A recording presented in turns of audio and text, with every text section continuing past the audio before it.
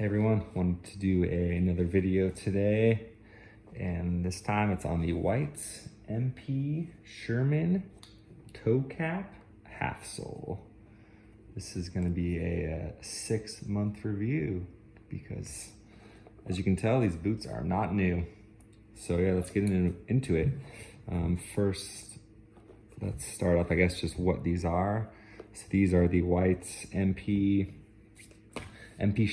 There's a few different MPs. There's MP-Sherman, there's the MP-M1, and they all come in either a cap toe or a plain toe, and then a half lug or a day-night sole. And so these are the MP-Sherman cap toe half lug soles. These are in Horween cinnamon waxed flesh. It's got to be one of the more popular leathers for whites, especially on the MPs. They just age really well. They get a cool look when they age, and it's a pretty soft and supple leather to start with, actually. This is a 6-inch boot. It's a taller shaft, so you know, some other 6-inch boots from manufacturers might end up being a little bit shorter than these. This is a hand welt. It's let's see, leather midsole and shank. You got half lug commando sole, so it's got a single midsole. So we got a welt, single midsole, second midsole with the half commando sole and lift there. And so the main difference between the MP-Sherman and the MP-M1 is the pattern. The MP-Sherman has a separate heel stay and back stay, and then on the MP-M1 it's one piece, almost kind of like a boondocker style, you know. It's just one piece, so you don't get this seam. These are not separate, it's just one piece of leather there. So that's the main difference in the pattern. And really, I mean, if you talk to whites, that's pretty much all there is as far as differences there. As you can see, this, get that camera to focus there. The cinnamon wax flesh, when that cinnamon wax wears off, it's really pretty yellow underneath. Definitely less brown than like a dark brown wax flesh, or you know, different waxed fleshes from Horween. And these things are dirty. I was out using them, as you can tell. I wear these boots a lot, and they do really well outside.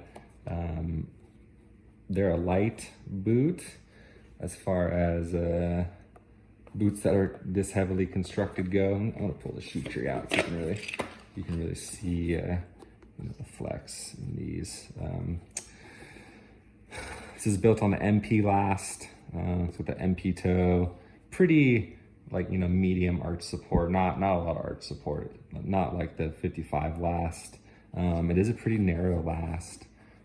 Most people tend to find that a D width, which these are a 10D, my Brannick is about a 10.5 C. So a D width in the MP last typically is a little too narrow for like a D width person.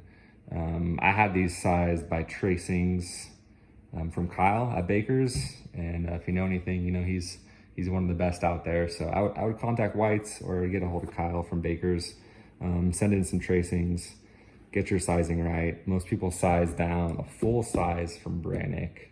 I'm sorry, I think I said these are a 10. These are actually a 9.5D.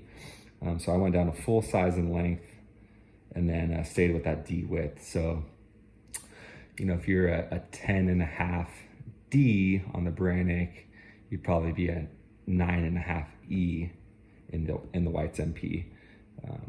But definitely, you know, don't take my advice, my word for it. Get sized professionally, because I am not a professional.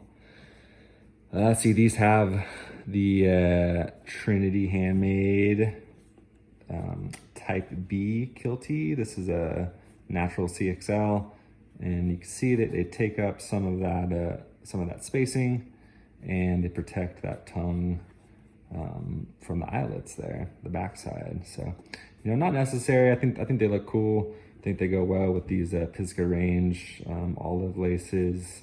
I like these laces. You do have to kind of tie them differently. You can't just do a normal knot. You have to do a special type of, they call it the Pisgah knot, just to make sure they don't unslip, because that paracord, it doesn't really like to cinch on itself too much. So yeah, man, I love these boots.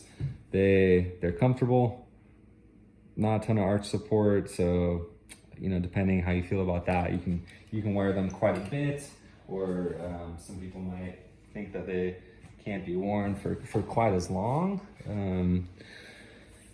But I find them to be super comfortable. I'll throw them on. You know, they're super flexible with just that leather sole and a half sole.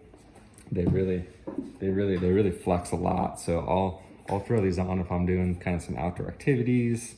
And just with, you know, as dialed as this fit is for my foot, I mean, I could probably go for a jog in these if I was the type of guy to jog.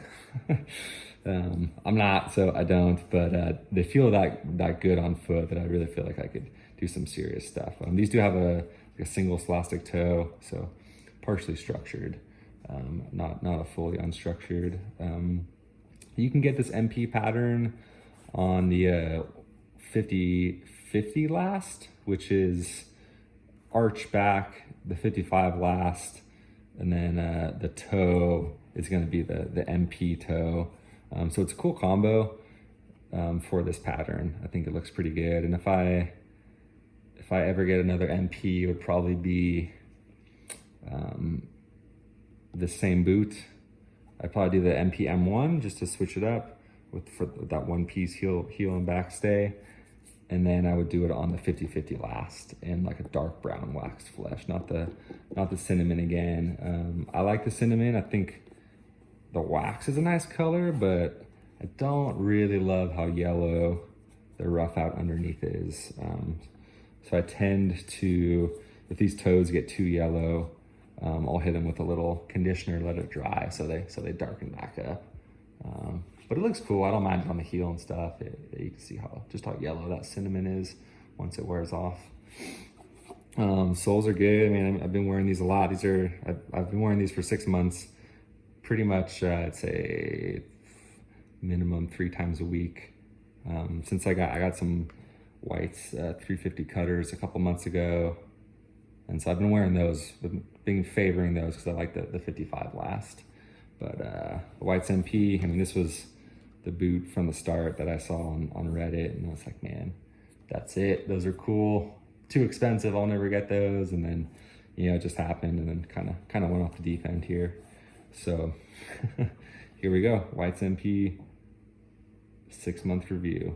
It's a good boot, and you should buy them. All right, guys. I think that's it for now.